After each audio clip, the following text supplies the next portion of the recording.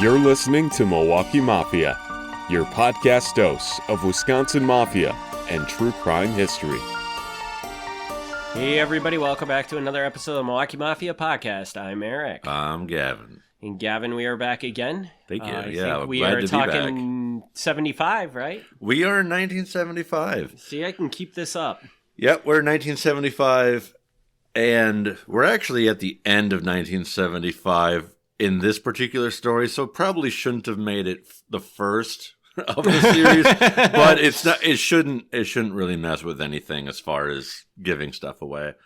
So 1975 is a big year. I think I mentioned this on an earlier episode, but there's 5 murders in 1975 that are in some way I can tie to the mob. And we've been doing it as 4 episodes for a year. So I don't know exactly how this is going to play out. I may have to add an extra episode or 2 for 75. I think that's what you should do. Yeah, I would say a couple stories will end up on the Patreon, but I don't want any big story to not end up on the main I timeline. think that, right, absolutely. And I think any murder is a big story. So yeah, so we'll see how that plays out. It might have to do, because in addition to that, there's a couple other things that happened in 1975 that I think are really good stories that, not that the Patreon stuff isn't good stories, because it is, but that's more the bonus content. I don't want to take away from the main narrative. But are we talking murder today? We're talking murder today. Because I thought we were talking Mafia NFL today. Why not both? Okay, all right. So actually, this was going to be a story with 2 murders, but I've reduced it down to just 1 murder because it just felt better to me. Okay. It's the second. We'll cover the second murder at a future time, but I thought they would go well together, and then I was like, I don't think so. So this is the story of Tamara Rands. This is people who are into the mob and Vegas. This is a story they may know. Hopefully there's things here that they did not know. So there'll be some new things for them. It's not long. This is actually one of my shorter notes, but it's a story that's worth telling. So we start out with her name is Florence Teacher originally. She's born in Chicago. Her father is Scottish. Her mother is Irish. I believe the family is Jewish. I could be mistaken on that, but she grows up in Chicago. Although her name is Florence, she goes by the name Tamara most of her life. I think that's her middle name, so I think that's why she goes by Tamara. In June 1947, photos appear in Illinois newspapers of her in a swimsuit and wearing a giant cracker to advertise for a biscuit company at a convention in Chicago. Now, listeners can't see it, but I am going to put that on the website. Okay. So you can see her. It's like a sandwich board, like where you wear the sign over your shoulders, right. But it's like a saltine cracker. Okay. So she's just like her in a swimsuit with like a cracker on both sides of her. All right. Don't know, but the family moved to San Diego, and Tamara marries Dr. Philip Rand, who's a gynecologist. So he had actually been born in Milwaukee, coincidentally. His last name was originally Rubin, but he changed it to Rand. I don't know why. I wrote down again, my guess is this is maybe to sound less Jewish, because Reuben is kind of a Jewish-sounding name. Rand is more ambiguous. I don't know why you would. Mm-hmm. Like, I don't know who would be like, oh, man, a Jewish doctor, I don't want to go to see him. Mm-hmm. But maybe there was some prejudice. I don't know. But for whatever reason, he changed his name to Rand. Tamara is a successful businesswoman. She's not just living off of her husband's doctor money. She's going out and making deals, buying and selling, getting involved in real estate and things like that. This takes her to many places around California and Mexico. She gets mixed up with a man named Alan Glick. Now, Alan Glick, not going to go into a lot of detail about him here. This is not really the Alan Glick story, although it kind of is. Alan Glick, at this point in time, is a real estate developer in San Diego. Okay. He is buying property, doing a little bit to the property to make it so you can build on, and then selling the property off and turning a profit that way by developing it. So she gets involved with him in a business deal that's called Saratoga. That's just the name of the company, Saratoga Development. Okay.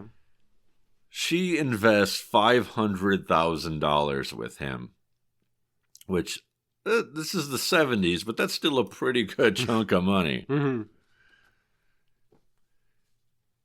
He uses some of that money and some of the Saratoga Development assets to leverage that into getting a Teamsters loan for $62 million. Holy cow. And he buys the Fremont, Hacienda, and Stardust casinos in Las Vegas. Okay, so this is the big mob casino purchase that... Yes. Yes. Yes. I mean, this is like the biggest thing probably the Mafia ever did, right? For the Milwaukee Mob, this is probably... Yeah, I'm sorry, the Milwaukee this is Mob. probably like their peak, yeah. Yeah, okay.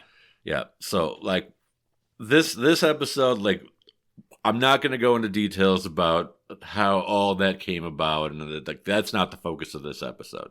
So that's just background information. But apparently, as part of this deal of Tamara Rands investing, she's supposed to get a stake in the casinos. Like a small stake. It's like a 5% stake. But she's supposed to get one. And apparently, Glick doesn't really follow through on this. Okay. So Tamara Rands sues him for fraud, says, I want my money back.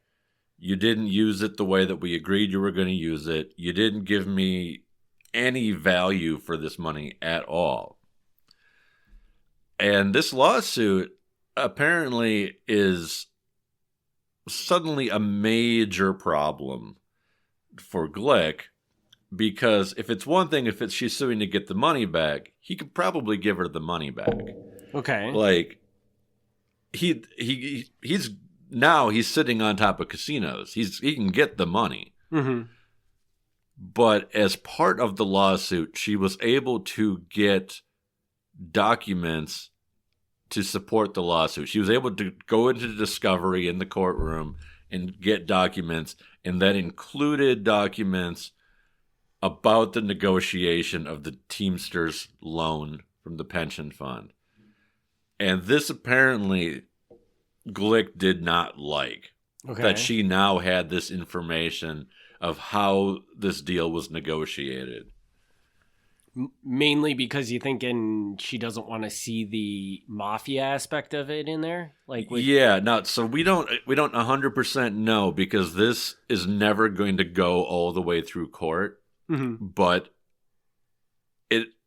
apparently she was able to get documents that show, it probably wouldn't have shown the mafia stuff. That would not have been on the paperwork, but it would have been enough to show like there was some real questionable deals.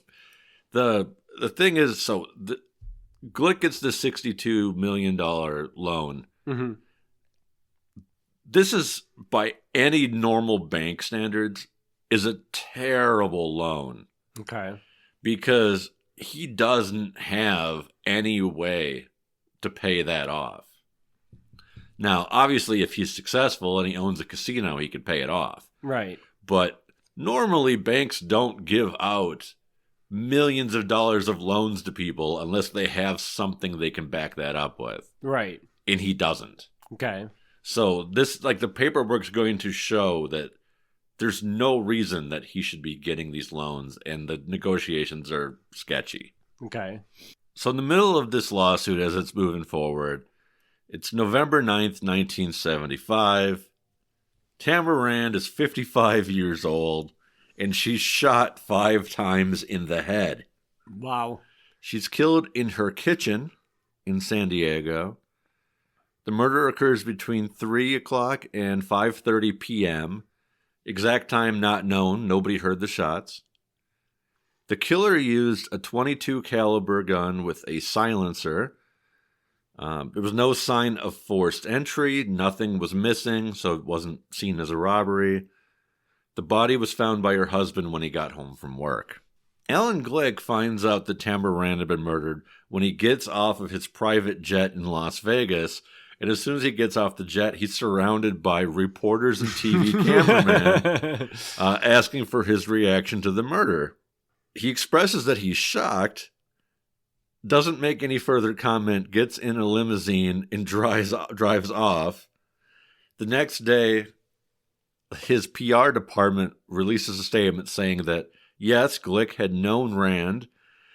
He had fond memories of her as a friend, but he had no other comment at this time. Weeks later, police had still failed to find him. The police wanted to ask him, like, they didn't think that he was the guy who went into her house and killed her, but they wanted to ask him questions. And for weeks, they could not find him. And every time they stopped by his office, he was out of town. So, really odd, but I mean, maybe he's a busy guy. A week after the murder, the San Diego newspaper reprinted a letter that Rand had written 7 months before she was killed, detailing her relationship with Alan Glick.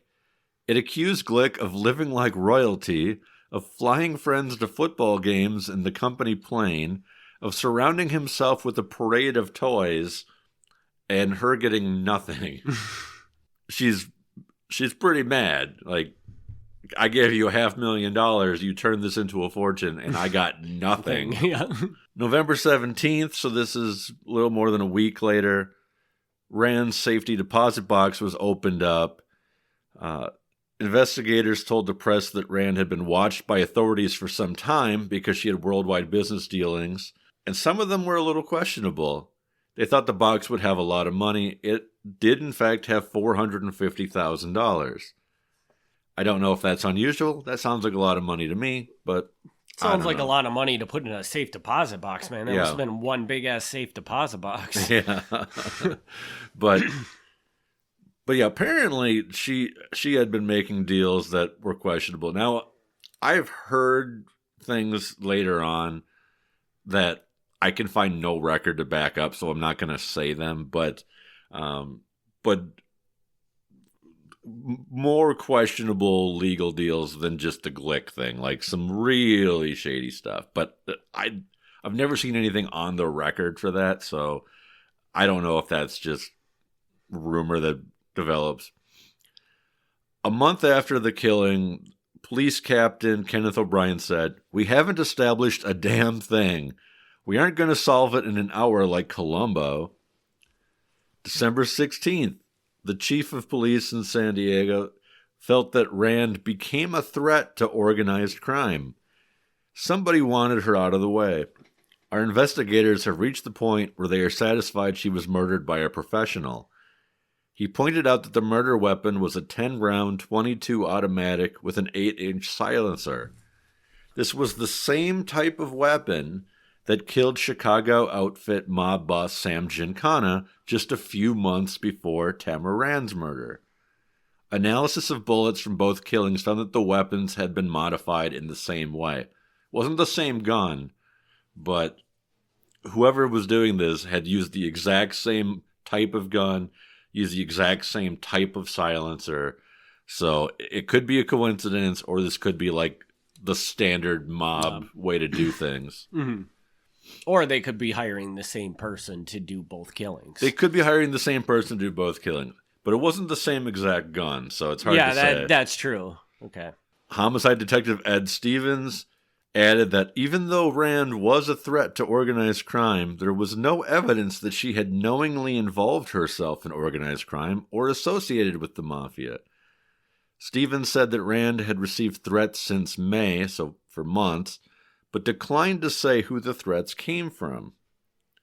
He said that Glick was still refusing to answer questions unless he could do so in writing, and the police didn't want him to do it in writing. They wanted him to appear in person. So instead, the police decided to interview associates of Alan Glick. They talked to newspaper publisher Hank Greenspun, casino manager Frank Rosenthal, and two guys named Buzz Hudson and Larry Goff. I don't know who they are, but they couldn't get Glick to talk, so they started talking to Glick's friends to try to see what they knew about his relationship with Tamara Rand. I have a question, because so Tamara Rand borrows the money to this Glick guy. Yeah. Who then goes back to the Teamsters, which that was obviously all big time mafia orchestrated, correct? To Correct. Get this final. That's not publicly known at this point, but yes. Yeah. So Tamara Rand probably does not have any interaction with mafia, or is there something that suggests that she could have been fully aware when she gave this Glick guy money that it was going to the mafia? Like I said, I've never seen anything that makes a direct connection. So when this detective says that she had organized crime connections but probably didn't know she had organized crime connections, I have no reason to doubt that. Okay, that's the way you would lean on this. Yeah, I cannot point to anything where she is actually having a meeting or calling somebody who is a known mob guy. Unless you consider Glick a mob guy. But he would be like the exception, and she probably has no idea. And Glick is more or less just an investor. So, I mean, he might be a shady investor working with the mob, but he's not a mob guy. Right. We might get into that a little bit in this episode. I've got feelings about Alan Glick, but so Glick, who's still not talking to police, instead calls a press conference at the Stardust executive offices in Las Vegas. He said that he was, quote, the subject of one of the most malicious characterizations based upon utter falsehoods, devious innuendos, and criminal-sounding inferences for no reason. He acknowledged that he had a business dispute with Rand, but he said that was no reason to connect him to a vicious murder. He then made some statements that would later be questionable. He said, quote, to associate me or any department or employee of my company with so-called organized crime is false. Alan R. Glick, has to use his full name there, Alan R. Glick has never, nor will ever be associated with anything other than that which is lawful. Now, he's going too far there. He's making some bold statements. Yeah. Glick is later on going to claim that he didn't know where the money was coming from, and it wasn't until it was too late that the mob revealed themselves as the guys who were kind of running the show. I think that's a lot of crap. Okay. But either way, by this point, I think if he's making statements that he's in no way, him or his company are in no way connected to organized crime, and he's not doing anything that's not lawful, he has to know that's crap. Yeah. He has to know. You don't have that reaction if you're not up to something, kind of, is what you're thinking. If we go on if we believe him that he didn't know any of that until after all the loans went through when he got the casinos, even if we believe that, I can't imagine it was too long after the fact that he would have kind of caught on. Mm-hmm. But I do like the quote that says that, quote, he was, quote, the subject of one of the most malicious characterizations based upon utter falsehoods, devious innuendos, and criminal-sounding inferences. That sounds to me like something that Joe Balestrieri would have wrote. Nice. Like, and actually, I can think back to an episode that it's where you read something else that Joe Balestrieri wrote, and you're right. It sounds a lot like that. Yeah, when Joseph Balestrieri would give an answer to the press, or he would write something, it was always like these grand like Glick could just come out and say that this is slanderous and none of it is based on truth, but he has to say like this long thing here. And that's super interesting that you point that out, because I think that is a very strong possibility. And I don't know that that's the case, but again, I know this, but it was not publicly known at this time. But Joe and John Balestrieri were acting as his attorneys as well, like attorneys for the casino. Okay, so he knew them at this point. So he did have interactions with Balestrieri's too. Yeah. Yep. So I mean, so that further kind of points you to the fact that he's got to know something's up. Well, that's the thing. So John Balestrieri, Frank's son, he's of the opinion that Glick met Frank before the whole deal went through. And John's like, it's possible that Glick didn't know who Frank was and how they were able to make this deal come together. He's like, but any reasonable businessman is going to do some basic background check on who they're doing business with. And it's not going to be hard to figure out that this guy has been identified by the U.S. Senate and everything else as like the head of the mafia. Well, and it's like it wasn't like it was a big secret, right? And not to mention that fact that also you have to look at it from the perspective that, okay, so what is Frank? So Frank must have brought the opportunity for him to get this loan from the Teamsters Union. Yeah. How do you present that? Hi, I'm a restaurant owner in Milwaukee, and I can get you $62 million to build a casino. That doesn't sound very... I don't know how the exact conversation went down. Right. But yeah. But I mean, you see where I'm saying, like, I mean, how does Frank portray himself as somebody that could even get this money for him? It's a good question, because the way that goes down is Glick meets an attorney who's involved in various business deals named Morris Shanker. And Morris Shanker, I don't know that he himself was a criminal, maybe not, but he knew a lot of those guys. And he's like, if you want to get into the casino business, the guy you want to talk to is Frank. And he introduces him to Frank. And then Frank hooks him up with his buddies in the Teamsters Union, because the head of the Teamsters in Milwaukee sat on the fund. So they had access to the fund.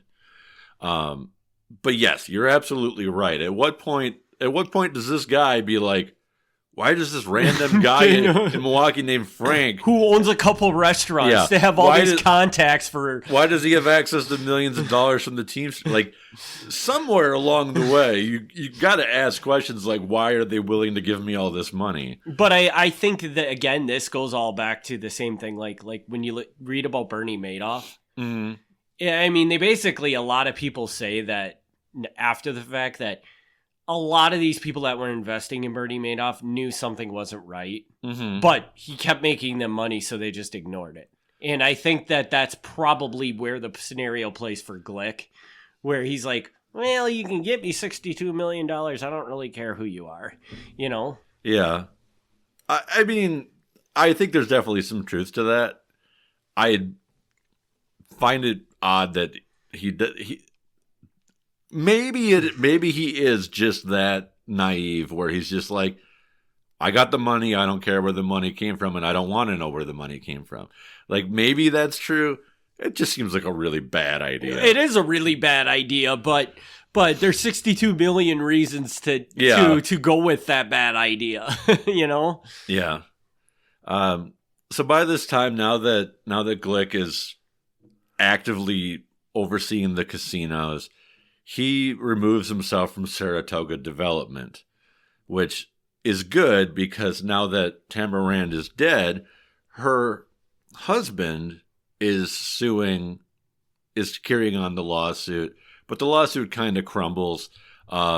Saratoga Development is now run by Glick's business partner, Dennis Whitman. and he puts it into bankruptcy. So it all just kind of vanishes. Mm-hmm. During the bankruptcy, they find that the whole Saratoga development was kind of built on some shady things. At one point, they had taken out a $3.75 million loan from a bank that they told the bank was to buy up this subdivision, and they never bought the subdivision.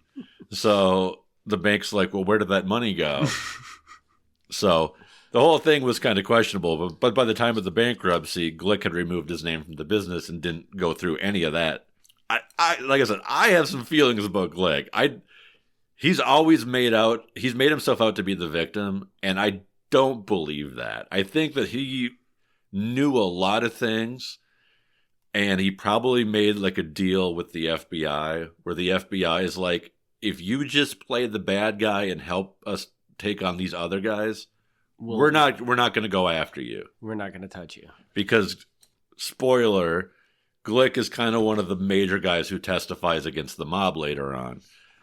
But I fully believe that when Glick tells his side of the story, he's leaving big pieces out. So, I mean, this is not an isolated story by any means. Are we going to hear more and more of Glick over the years? He's involved in a lot of different stuff? Or is it just he's not involved in a lot of different stuff, but he's involved in the casino. So anything involving the Milwaukee mob and the casinos is going through Glick. Okay, so this is probably his big contribution to the mob per se. He didn't have multiple deals going on with mobs or anything like that. No, not really, no. Okay. All right. So this murder is 1975. By 1979, probably earlier, but by 1979, Frank Rosenthal, who is the manager of these casinos for Glick, ends up becoming an FBI informant. And he's a major FBI informant, so much so that he even gets a code name. They call him Achilles. Now, normally you don't get a code name, you get like a number. He gets his own code name. Rosenthal, we're going to cover him on his own episode as well, because he's going to be a murder target. So he's going to get his own thing as well. For people who have seen the movie Casino, the opening scene of Casino is like a car bomb going off. Mm-hmm. That character is Frank Rosenthal. Okay. So he's major. For this episode, he's not really important, but he's going to come up as major later on. I have to ask, because if there's a car bomb going off, does that mean, is that a Milwaukee Mafia play? Or was just car bombs really popular back in this era? It's generally credited to the Milwaukee mob. Okay. Yeah. I was like, there's so much stuff going on. Like, it's weird to be like, we'll talk about that at another time, but there's just so much here that, like, to do it justice, I can't go off on all the side stories because it just would take like forever. Yeah. Because once Milwaukee gets involved in Vegas, stuff just goes wild. So, but anyway, so Rosenthal becomes a major informant, and they ask him about several unsolved murders, and he says, regarding Tamara Rand, it was his belief that the contract on her was put out by Alan Glick and was carried out by Harry Ailman and someone named Corky, who he did not identify any further. Harry Ailman was a major hitman in the Chicago area, so certainly possible that he could have been the guy. I do question whether Rosenthal would actually know who did the murder. Like, I don't know exactly why he would have direct access to that information.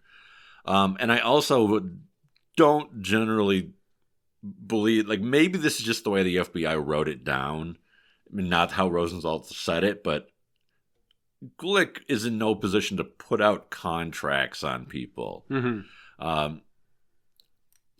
Now, if Glick is not as innocent as he makes himself out to be, it's certainly possible he could have said to somebody, hey, Tamara Rand is a problem.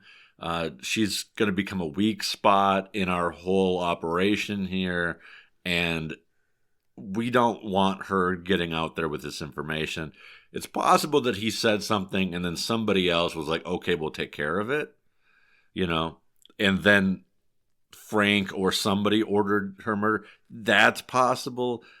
But Glick would have had no power whatsoever to just call a guy up and be like, I got to get it removed. Mm-hmm. Like, that's not realistic to me. In theory, he could pick up the phone and call Frank, though, who very much has that capability. He could. Now, it's weird because, again, Glick is going to deny that he knows anything about any of this. Right. So how much he's involved in the murders is debatable because officially he's not involved at all. Mm-hmm.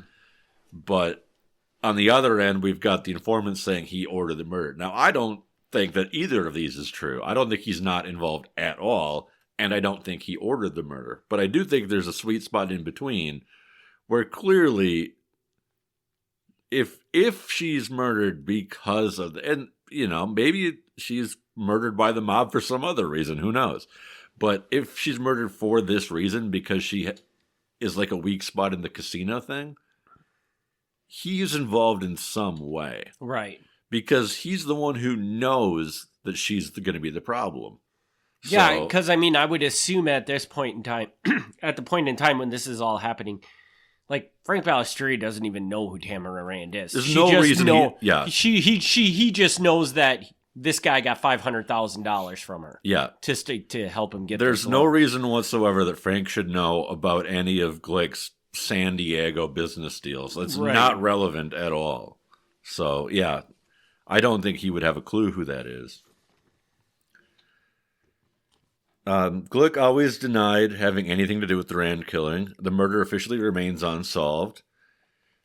According to author Nick Pileggi, who wrote the Casino book, according to the FBI, Tamara Rand was murdered to protect the skim, the money taken out of the casinos, and her murder was ordered by Frank Balistrieri. He doesn't really go into detail to explain that, but generally, I think the evidence does kind of point in that direction.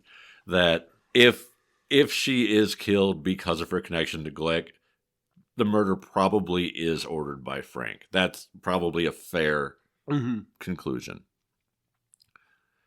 1989, so this is now years later, investigative journalist Dan Moldia publishes a book called Interference, which is a book on the mafia influence in professional football. Okay. Here comes the football angle, everybody. Here's the football angle. See, so anybody who is thinking I was lying, because I was thinking I was lying for a minute there. No. So he brings up the Rand case, which really is not like a major part at all of the book. And the mafia influence in football is not really a Tamara Rand thing, but he brings it up. He says that the killing was likely carried out by two men, Harry Ailman, who was the same person that Rosenthal identified, and a man named William Butch Petrocelli. He claims that Butch was booked at a San Diego hotel near the Rand house around the time of the murder. He would also later be killed himself. Mm-hmm. Now, he doesn't cite anything in the book to show how he knows that this guy was booked at a San Diego hotel around the time of the murder. If there was something to prove that, I think that would be a good piece of evidence because these are Chicago guys. Mm-hmm. A Chicago guy being in San Diego, like a mile from the murder scene. Seems unlikely. It seems unlikely. Like, that doesn't prove anything. Mm-hmm. But why is he there? So I wish I knew where he got that information from. I do not know. The NFL connection was that Glick, as part of his real estate developments, owned the Eastmont Mall. Which, I don't know where Eastmont Mall is, but he owns the Eastmont Mall with Al Davis, the owner of the Oakland Raiders. Or the Las Vegas Raiders now, technically, I guess. But well, it was Oakland Raiders when he owned it. Yeah, and it was Oakland, or Vegas by the time he died. Really? I think so. Yeah. Oh, okay. I think he's the one that sold it. Following the Rand murder, Al Davis began to take a lot of heat for his associations with Alan Glick, who was now seen by the NFL as a very toxic individual. Now, so the commissioner of the NFL at the time was a guy named Pete Rozelle, who you probably know. I don't know. I know his name. I don't know much about him. I know Jack about this, but apparently he was just grilling the heck out of like the owners of the teams. And he was like, I don't want any of this shady stuff connected to the teams. So he's calling in guys and finding out that Al Davis had these business deals with Glick, who Glick is now under a lot of scrutiny. Don Shula had been approached as an investor, but Shula ended up backing out because the deals looked really shady. And there was one other guy, I didn't write him down, but there was one other coach or owner that was also sort of kind of involved with Glick, but backed out early. Now, Davis stood up and he says, I don't give a crap.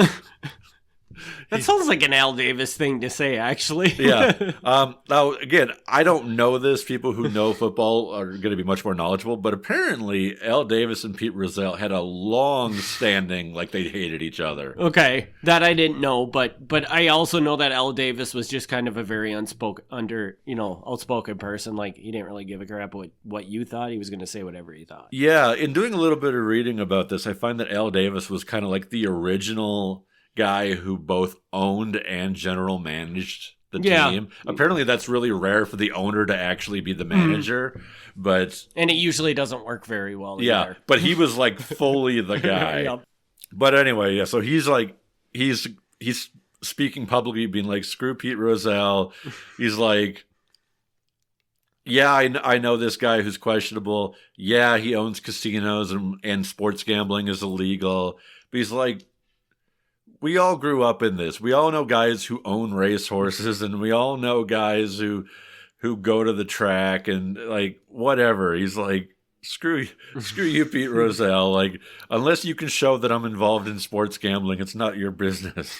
So, I mean, I kind of like Al Davis's response. So I would not have expected that, but good on you. Yeah. So because, it really doesn't matter. What does it? No, it doesn't. But it's funny. But apparently, by him being so outspoken, the NFL does, some background looking into Al Davis. They end up giving him a pass eventually. But it also flags him. The IRS goes and looks into Al Davis, too, because now the IRS is like, what kind of these shady dealings are you doing with this Glick guy? So it does kind of rub off on him for being involved in these real estate deals. But he comes out okay. He never gets in any trouble or anything like that from it? Okay. No. So as of this writing, the murder remains unsolved. I believe that Tamara Rand has 2 daughters who are still alive today. Debated reaching out to them. I don't normally do that, but I did debate reaching out to them just because so little is out there on this for what is this is considered like a major mob murder, and it's well known because of the Vegas connection. Again, it's in the Casino movie. Mm-hmm. So the millions of people that have watched the Casino movie are familiar. They might not know her name, but they're familiar with the story. And I'm surprised there's not more out there. I'm curious, and maybe you said this and I missed it, but Tamara Rand invested $500,000 into this. Where does Tamara Rand get $500,000? Do we know? She must have been well off in some way. Yeah, I don't know because the newspaper is always really vague. Okay. Newspapers always she's a businesswoman and she's involved in investments in California and Mexico, but they're really vague about it. I get the impression based on her investing in Saratoga that these are probably a lot of real estate developments, but they never clearly really say that. Okay. That's interesting. She's always just businesswoman. Just businesswoman. That's weird. All right. Well, so I'd love to I'd love to see more about this. I'll probably reach out to, I mean, now that we recorded the episode, maybe it doesn't matter, but I'll probably reach out to San Diego police and see what they can do. I don't know what, we've talked about this, like Wisconsin laws are pretty flexible on that, and they're pretty good about releasing information. California laws, I don't know, because technically they don't have to. It's an unsolved murder. They don't have to release a damn thing. But I don't know what the leniency in California is on that sort of thing. So now, since we now have had the big thing happen in 1975, because now we have a casino. One of the big things we have a casino. So, well, you also said this is towards the end of 75, right? So our other stories are not is our story? Are we moving from Milwaukee to Vegas for a time being? Like, is a lot of the action in Vegas at this point in time? There's at least one more story in 75 that's a Vegas story. But we're still gonna do Milwaukee stories. I didn't know if, like, once this casino, because obviously when you talk, this is not the biggest 75 murder. Okay. But this is the big casino that they invested in, right? Yes. So that's where I didn't know if, like, kind of all of Milwaukee Mafia's attention got turned to that casino once it was open up. No. I mean, other than Frank and maybe one or two other guys, like, they don't really have an involvement in the casino. The casino runs itself, and they just take the money from it. Okay, so they're just getting a kickback from getting them there. Yeah, it's not like basically a bunch of guys suddenly moved to Vegas. No. Okay, gotcha. All right, very cool. So that's kind of a fun that we've gotten to the point now where I'm sure there's a lot of listeners out there are like, when are we going to get to the casino? Because I just feel like that's what everybody wants to hear about.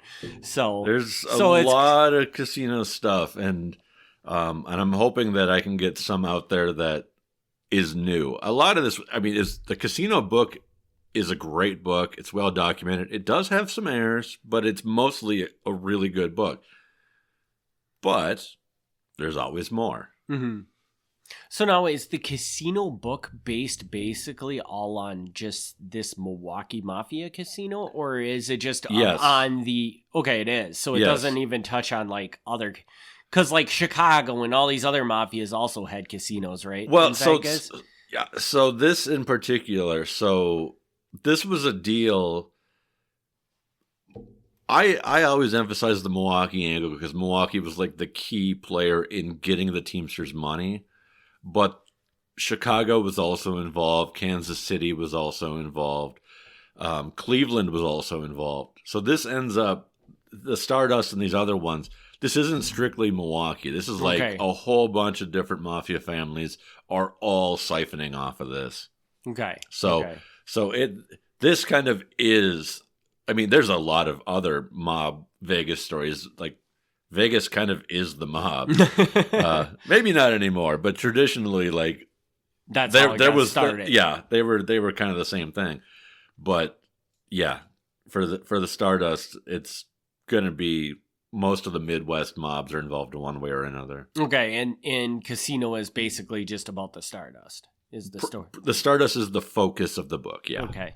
Now, you said there was a movie. Yep. Would you consider the movie to be like you said, the book is pretty good in accuracy? The movie is great. The movie is also pretty good. The movie is great, and it's a really good movie. Stars Robert De Niro. It's a fantastic movie. I mean, they changed the names. Mm-hmm. All the names in it are changed. But other than that, they changed practically nothing. So it's really obvious who the characters all are. like Alan Glick, his name is changed from Glick to Green. But it's really obvious it's him. And I don't know, like, why they did it, if, like, maybe not to get sued or something. I'm not sure. But it's changed so slightly that it's really obvious who all the characters are. No, but in the books, do they use the actual names? The book uses the actual names. Okay. Interesting. I wonder why they would make that change. I don't know. But yeah, it's super obvious who is who. Like, all the mob guys are easily identifiable for who they're supposed to be. Maybe I'll have to take a look at this movie and give her a try once and see if I like it. It's a good movie. We were for our listeners, I mean, this is, by the time you hear this is going to be like months ago probably, but we were recently on last year. We were recently on a radio show, and one of the questions the guy that was interviewing us asked us was what is your favorite Mafia movie? Mm-hmm. And I could honestly not, I don't even know if I could safely say I can confidently name a Mafia movie that I've watched. I'm sure I've seen plenty of them, but not enough to like even remember them at this point in time. So maybe Casino will just become my de facto one, so that I can.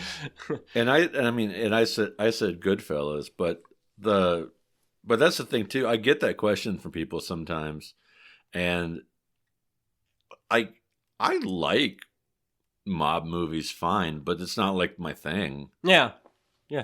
Gavin's totally horror movies. I'm a horror movie guy. Yeah. So. No, mob movies are fine, but it's just because I do the mob research. Like, I don't watch a lot of mob movies. Mm-hmm.